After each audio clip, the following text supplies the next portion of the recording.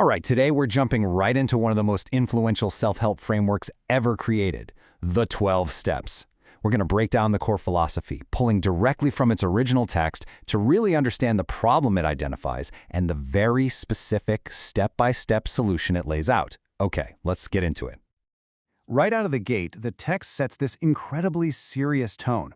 This isn't presented as just one option among many. No, it's framed as the last resort for people who have tried literally everything else and failed. It tells you that the situation is dire and that half measures just aren't going to cut it anymore. This quote really sets the stage for why such a demanding path was considered necessary. So, what is the fundamental problem the steps are actually trying to solve? Well, according to the source, it's not the addiction. It's not the compulsive behavior itself. That's just a symptom. The real root cause is a particular way of thinking, and the text uses this powerful metaphor to explain it. Here it is, the core concept, self-will. The book describes a person running on self-will as being like an actor who is absolutely convinced they should be directing the entire play. They're not just the star of their own life, they think they should be the director, the producer, and the writer too. And you can just imagine the constant effort that takes. Think about how exhausting it would be to try and control every little thing, every other actor's lines, the lighting cues, the set changes. The text argues that this is exactly how a lot of us live, in this frantic, nonstop attempt to manage and control the world around us. And what's the result? It's almost always a disaster. Why? Because the other people in the show, well, they have their own scripts, their own ideas. The world just doesn't bend to the actor's will. And when the play inevitably goes off script, the actor doesn't adapt. Instead, they feel wronged, cheated, and that leads straight to anger, resentment, and self-pity. So here's the bottom line. The text boils this entire complicated mess down to one thing. It's not a complex diagnosis, it's just selfishness, self-centeredness. This deep-seated desire to run the whole show is what it identifies as the fundamental source of all the conflict and unhappiness. So if the problem is defined as a failed attempt at directing your own life, well, the solution becomes pretty obvious, right? It's time to hire a new director. A change in management is desperately needed. This is that moment of truth, that crisis point. It's the moment the actor finally has to admit that their directing career has been a complete and total failure. The old way of living, the one that relied on sheer self-will, is bankrupt. A totally new approach isn't just an option, it's the only option left. Now, what's so interesting here is that these first 3 steps really form one single big decision. Step 1 is admitting the actor is powerless, the director is fired. Step 2 is opening up to the idea that a better director might even exist. And step 3 is actually making the choice to hand over the script. And you gotta notice that crucial phrase, as we understood him. The text goes out of its way to stress that this is a personal, not a rigid idea of a higher power. To show just how serious that commitment in step 3 is, the book gives this example prayer. It's basically a formal resignation letter from the job of running the universe. The key request here is to be relieved from the bondage of self, which is a direct answer to that problem of the self-centered actor. It's a total surrender. Okay, but making that decision, that's just the beginning. The text is very clear that this has to be followed by vigorous action, and the first action item on the list is a deep, brutally honest self-assessment, what it calls a personal house cleaning or an inventory. I think this analogy is just brilliant because it makes the whole thing feel so practical, so logical.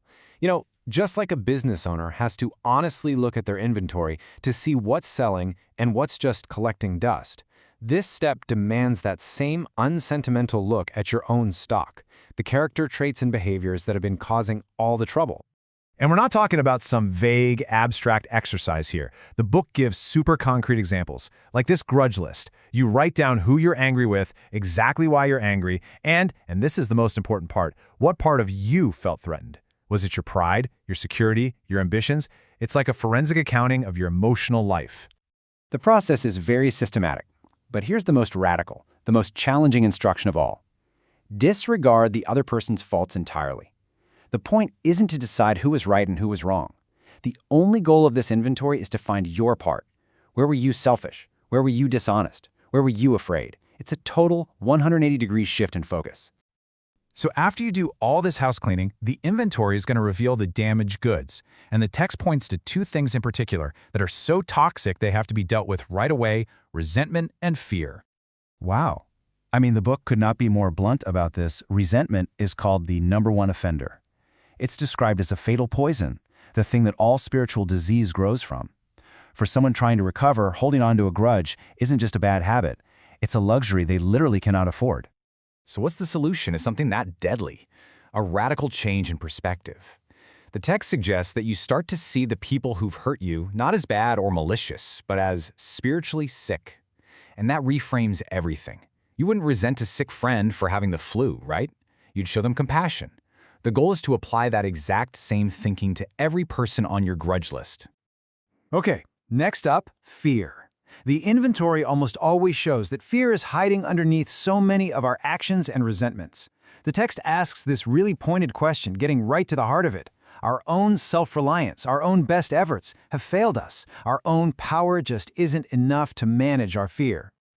And the answer, not surprisingly, loops right back to firing the actor from the director's chair. The solution to fear is to replace that failed self-reliance with reliance on a higher power.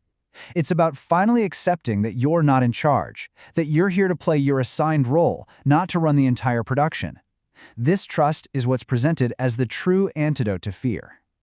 So after laying out this massive framework for self-correction, you might be thinking, whoa, this is impossible. Who could possibly do all of this perfectly? Well, the text totally anticipates that reaction, and it offers one final, absolutely crucial idea for the long haul. This right here is one of the most famous and beloved phrases from the entire text, and you can see why. The goal isn't to become a saint overnight. The goal is simply to be willing to grow, to move in the right direction. It's a principle that makes room for being human, for making mistakes, and it focuses on the journey, not some flawless, unattainable destination. So, the takeaway here is that this is a process that never really ends. It's a lifelong commitment to keep looking at yourself, to admit it quickly when you're wrong, and to try and apply these ideas not just to your one big problem, but to every single part of your life. The work is never really done. And that kind of leaves us with a final thought to chew on. This whole framework was designed to tackle a very specific problem, but its core ideas, like taking an honest look at your own faults while completely ignoring everyone else's, or shooting for steady progress instead of impossible perfection, they seem to apply so much more broadly, don't they? It really makes you wonder what parts of this tough-minded approach could be useful in anyone's life.